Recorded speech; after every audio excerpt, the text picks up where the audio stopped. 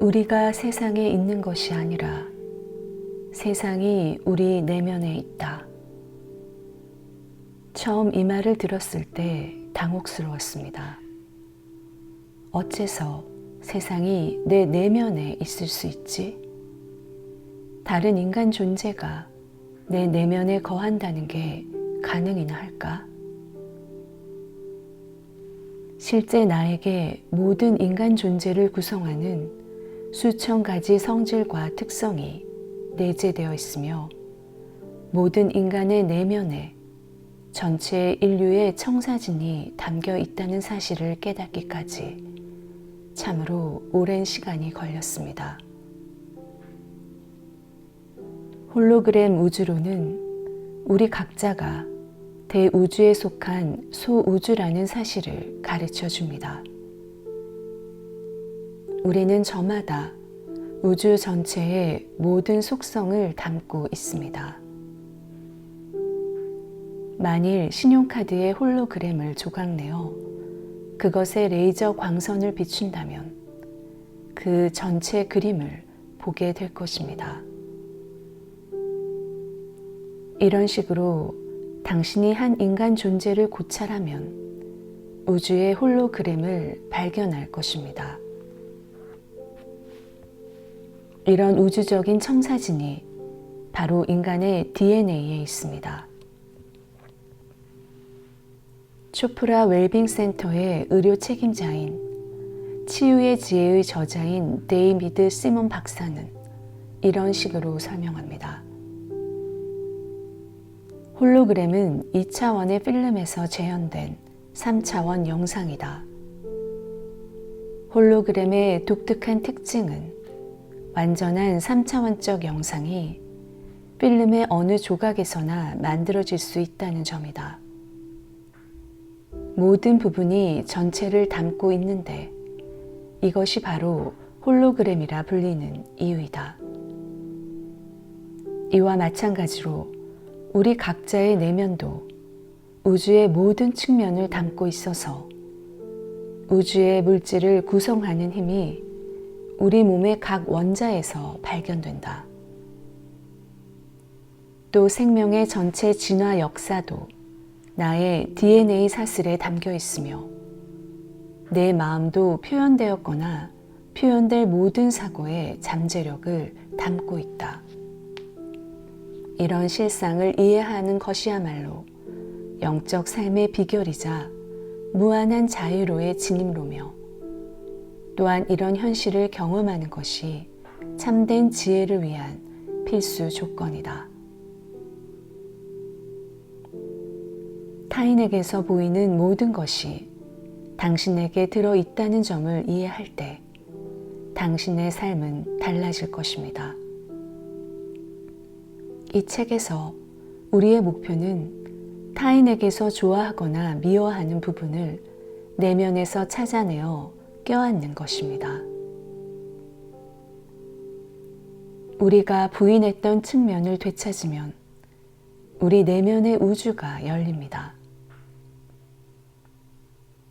자신과 화해하면 세상과 저절로 화해하게 됩니다. 일단 우리 각자가 우주의 모든 특성을 담아낸다는 사실을 수용하면 자신이 모든 것이 아닌 척하는 것을 멈출 수 있습니다. 우리는 대부분 타인이 자신과는 틀리다고 배웠습니다. 일부는 자신이 타인보다 낫다고 여기지만 다수는 자신이 부족하다 믿습니다. 우리의 삶은 이런 판단으로 틀에 박혀버립니다. 우리로 하여금 난 당신과 틀려 라고 말할 수 있게 하는 것도 바로 이런 판단입니다. 만일 당신이 백인으로 자랐다면 흑인과는 틀리다 믿을지 모릅니다. 흑인으로 자랐다면 아시아인이나 라틴계 사람과는 틀리다 믿을지 모릅니다. 유대교인은 자신이 카톨릭교도와 틀리다고 믿고 우익 보수주의자는 좌익 진보주의자와 틀리다 믿습니다. 우리는 근본적으로 타인과 틀리다고 믿도록 각각의 문화가 가르쳐 왔습니다. 또한 우리는 가족이나 친구에게서 편견을 취합니다. 넌 뚱뚱하지만 난 날씬하고, 넌 멍청하지만 난 영리하지. 난 비겁하지만 넌 용기가 있고, 난 수동적이지만 넌 진취적이야. 난 얌전하지만 넌 요란해. 그래서 넌 틀렸어. 이런 믿음이 우리가 분리되어 있다는 환상을 유지하며 존재의 전체성을 끌어안지 못하게 하는 외부 장벽뿐 아니라 내면의 장벽도 창조해서 우리로 하여금 계속 남을 비판하게 합니다. 자신에게 없는 걸 보거나 인식할 수 없다는 진실을 이해하는 것이 열쇠입니다. 우리에게 어떤 성질이 없다면 타인에게서 그걸 알아볼 수 없습니다. 만일 당신이 타인의 용기에 자극이 되었다면 그건 당신 내면에 있는 용기의 반영일 뿐입니다. 또 누군가를 이기적이라 간주한다면 자신도 그 정도의 이기심을 드러낼 가능성이 있다 확신해도 좋습니다. 물론 이 속성이 언제나 발현되진 않겠지만 각자에겐 자신이 알아보는 어떤 성질도 행동화할 능력이 있습니다. 우리는 홀로그램 세계의 일부이니 자신이 바라보고 판단하며 감탄하는 모든 대상이 바로 자기 자신입니다.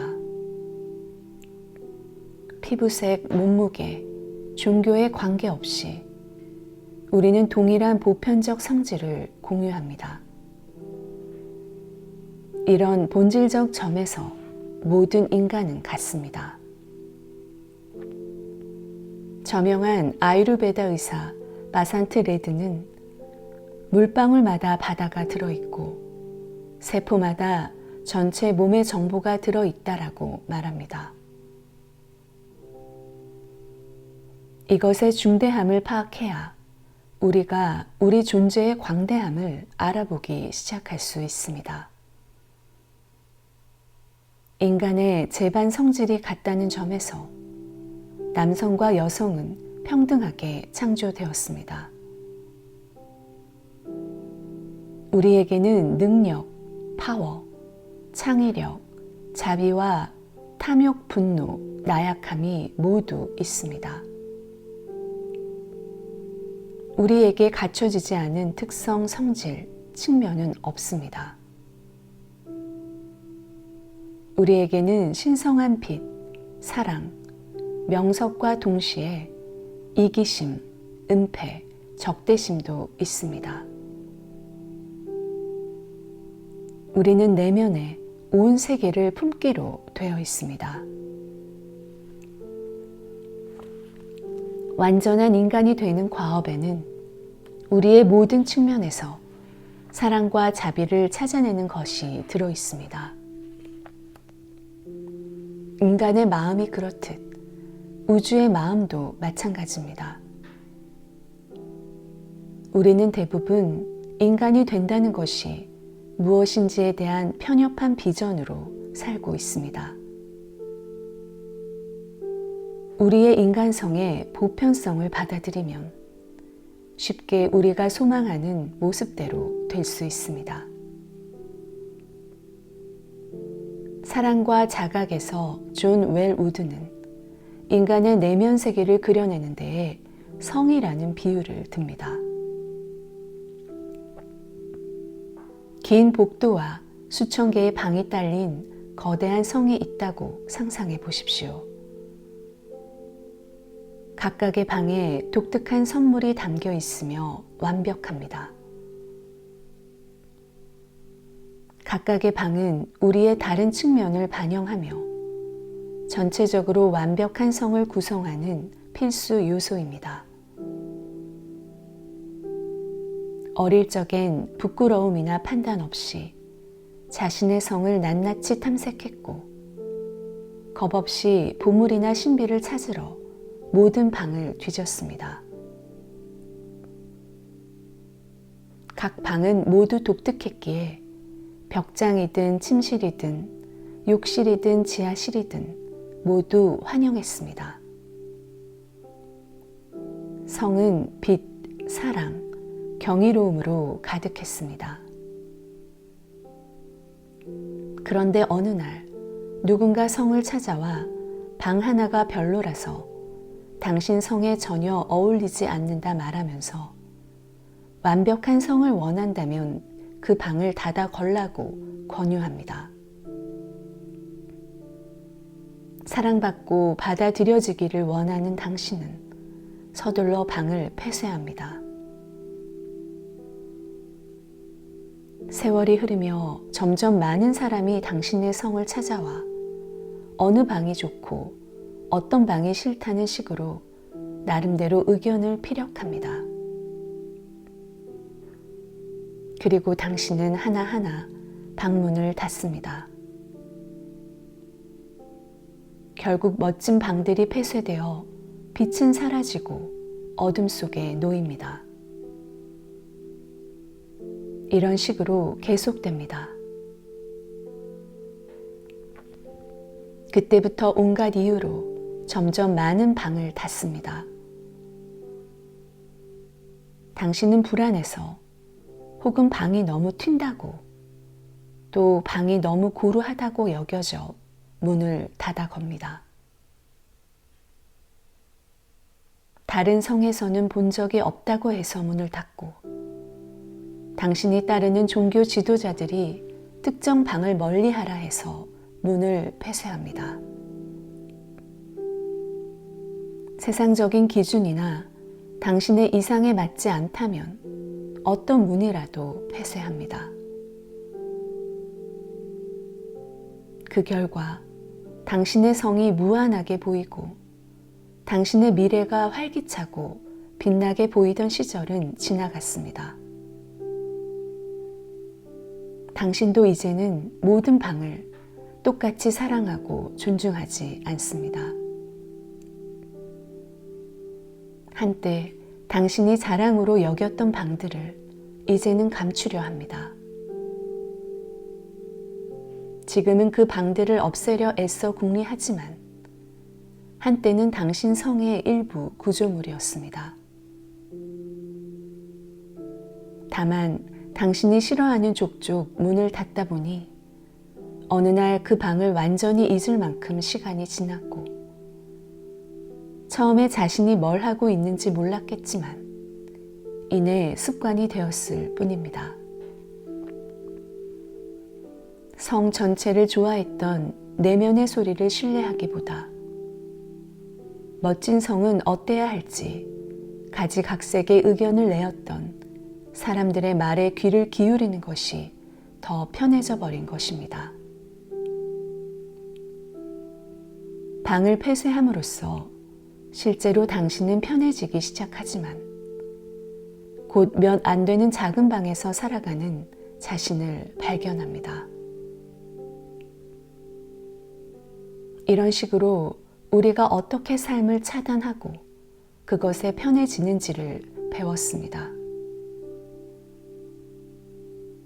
우리 중 다수는 너무도 많은 방을 닫아 걸어 자신이 한때 성이었다는 사실조차 잊어버리고 결국 손봐야 할 곳이 많은 아주 작고 허름한 주택으로 믿기 시작합니다. 이제 성을 선하든 악하든 당신의 모든 모습이 생활하는 장소로 당신 내면을 지구에 존재하는 모든 측면이 존재하는 장소로 상상해 보십시오.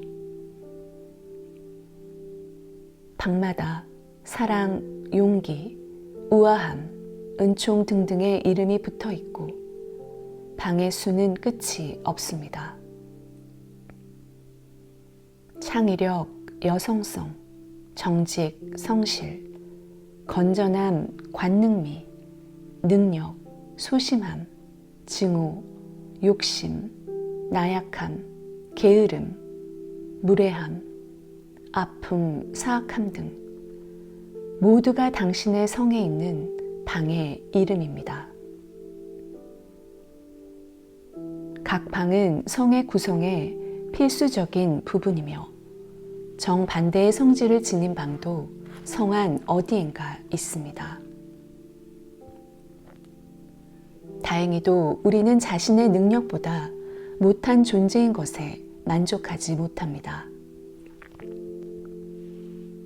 자신에 관한 이런 불만이 우리에게 성 안에 잃어버린 방을 찾아 나서는 동기를 줍니다. 우리가 오직 성에 있는 방문을 모두 열어볼 때에야 자기만의 비결을 발견할 수 있습니다. 성은 당신 존재의 거대함을 파악하는 걸 돕기 위한 비유이고 우리의 각자 내면엔 이런 신성한 영역이 있습니다. 우리가 자기 존재의 전체성을 볼 준비가 되고 또 기꺼이 본다면 그곳에 쉽게 접근할 수 있습니다. 하지만 우리는 대부분 그곳에서 무엇이 발견될지 겁먹고 있습니다.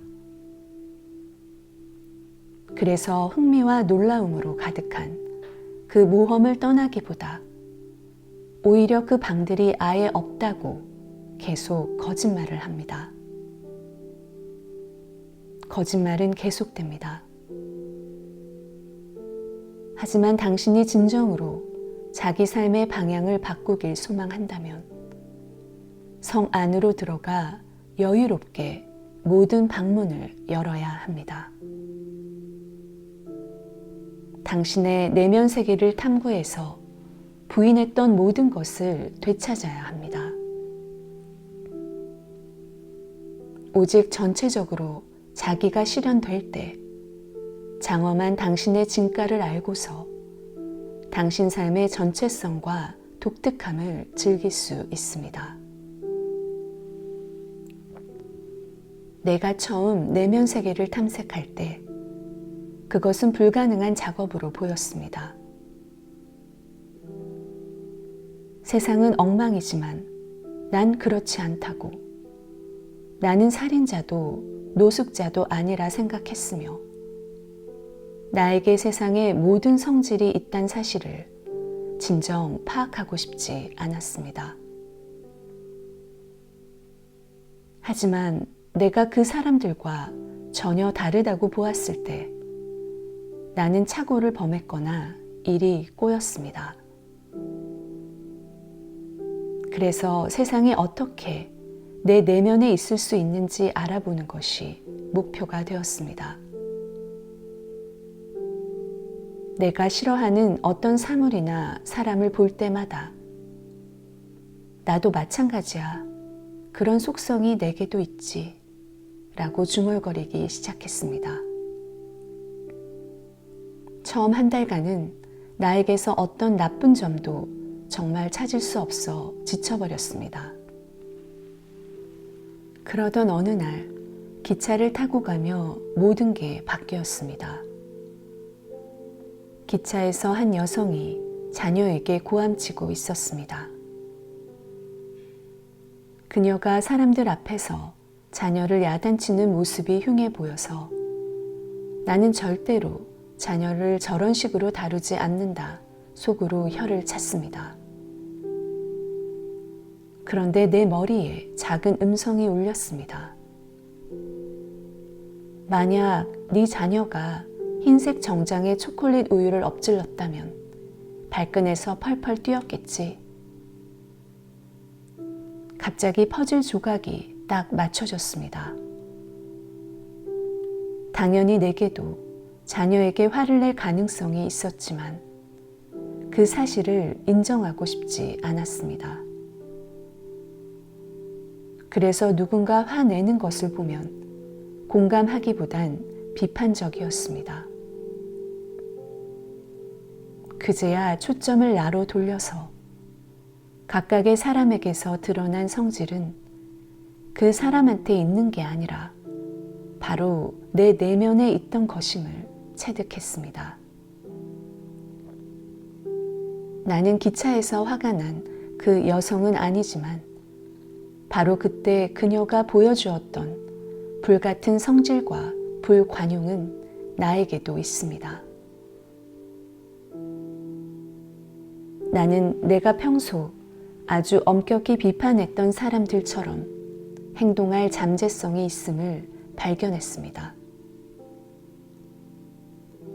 나를 몹시 괴롭히던 타인들의 특성을 경계해야 했음이 명백해졌습니다. 그 특성들을 내가 닫아 걸었던 방들로 알아보기 시작하면서 나도 일증이 나쁠 땐 자녀에게 고함칠 수 있다는 사실을 인정해야 했습니다. 그래서 거리의 노숙자를 보면 만일 나도 가족이 없고 못 배웠으며 직정을 잃는다면 저렇게 될 수도 있지 않을까? 라고 자문했습니다. 답은 그렇다였습니다. 내 삶의 처지가 바뀐다면 전혀 다르게 할 수도 될 수도 있음을 아는 건 쉬웠습니다. 그래서 나는 행복, 슬픔, 분노, 욕심, 질투 등 온갖 인격이 되어보려 노력했고 뚱뚱한 사람은 특별한 목표였습니다. 항상 과체중인 아버지가 그 대상이었는데 갑자기 아버지가 달라 보였습니다. 나는 마르게 태어났고 신진대사도 빨랐지만 나도 신진대사가 변하고 먹던 정크식품을 계속 섭취한다면 살이 찔 수도 있음을 실감했습니다. 하지만 여전히 내가 어려움을 겪는 영역이 조금 있었는데 나를 살해자나 강간범으로는 도저히 상상할 수 없었습니다.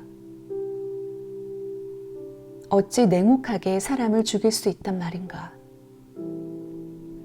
만약 어떤 사람이 나나 내 가족을 해치려 했다면 모를까? 잔인하고 파렴치한 범죄라니. 하지만 지금은 아니지만 만약 내가 13년간 독방에 감금되어 매일 맞는다면 냉혹하게 죽일 수도 있지 않을까? 답은 그렇다였습니다. 이것이 살인을 용납한다는 건 아니지만 내가 누구나가 될 가능성을 진실로 인정할 수 있게 했습니다. 그날 이후부터 상상하기 곤란한 어떤 모습이 있더라도 헤쳐나갈 수 있었습니다. 예를 들어 내가 어찌해야 소아성 도착자가 될 수 있는지 도저히 알 수 없었기에 어떤 부류의 인간이 어린이와 섹스하고 싶을지 나에게 물어보았습니다. 아마도 세상이 두려워서 타락하고 변태적이 된 인간일 거란 생각이 들었습니다. 이어서 나 자신에게 나도 두려워할 수 있을까? 나도 타락할 수 있을까? 나도 변태적이 될 수 있을까? 라고 물었습니다.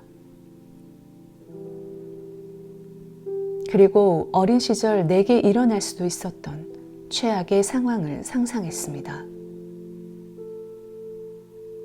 만일 내가 어렸을 때 학대와 폭행을 당하고 사랑받지 못하며 살았다면 지금과는 다르게 자랐을 것임을 실감했습니다. 그런 여건에선 내가 무엇을 할 수 있고 할 수 없는지 예측할 방도가 없었습니다. 남의 입장이 되어보기 전엔 판단하기 어렵습니다. 비록 일부 이런 특징을 내 것으로 인정하긴 어렵지만 그럼에도 악마가 내 안에 있을 가능성은 직시해야 했습니다. 때때로 당신에게 바로 그 순간에 그런 특성이 있는지가 아니라 다른 여건에서도 바로 그 특성을 펼칠 수 있는가가 문제입니다. 나는 내가 정떨어져 외면했던 온갖 인격이 되어 보았습니다.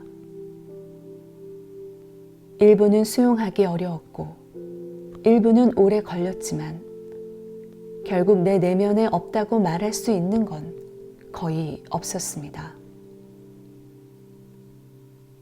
인생을 겪으면서 판단해왔던 내면의 목소리는 시간이 지나며 조용해졌습니다.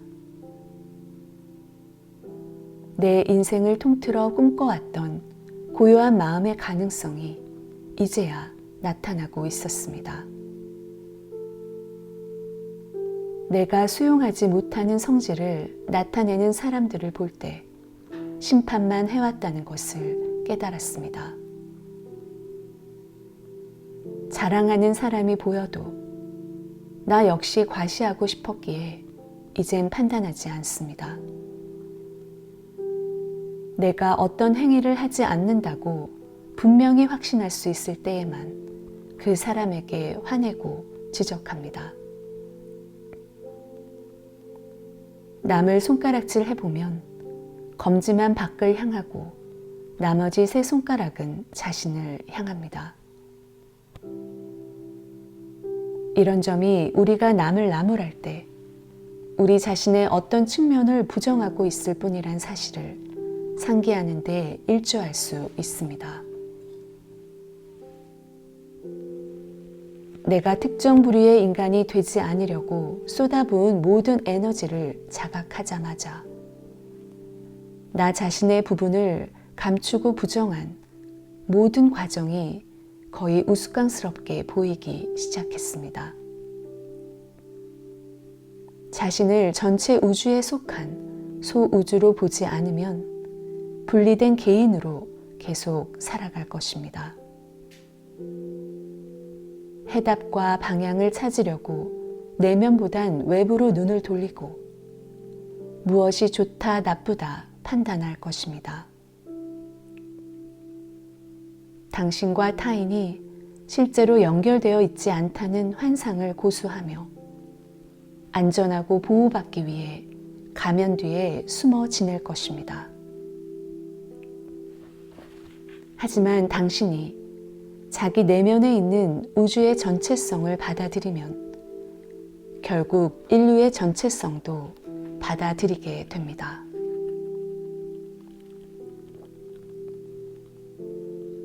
우리 내면의 측면은 각각 이해와 동정이 필요하지만 그것을 자신에게조차 주고 싶지 않는데 세상이 주리라 어찌 기대할 수 있을까요? 우리가 하는 대로 우주도 대응합니다. 자기를 사랑하려면 자기 존재의 수준을 각각 충분히 이해하고 함양해야 합니다. 내적 자아는 사랑하지만 외모는 1분 이상 거울로 들여다볼 수 없는 사람도 있습니다. 또 어떤 사람들은 겉모습에 온갖 돈과 시간을 들이면서도 결국 내적 모습은 미워합니다. 삶의 내 외적인 모든 영역에서 의식적으로 도약할 수 있도록 전체 모습의 빛을 비춰 드러낼 때가 왔습니다. 이젠 자기가 자신의 우상이 될 때입니다. 당신의 각 부분마다 나름의 장점이 있습니다. 자신의 모든 모습을 사랑하고 끌어안을 때 비로소 모두를 진정으로 사랑하고 끌어안을 수 있을 것입니다.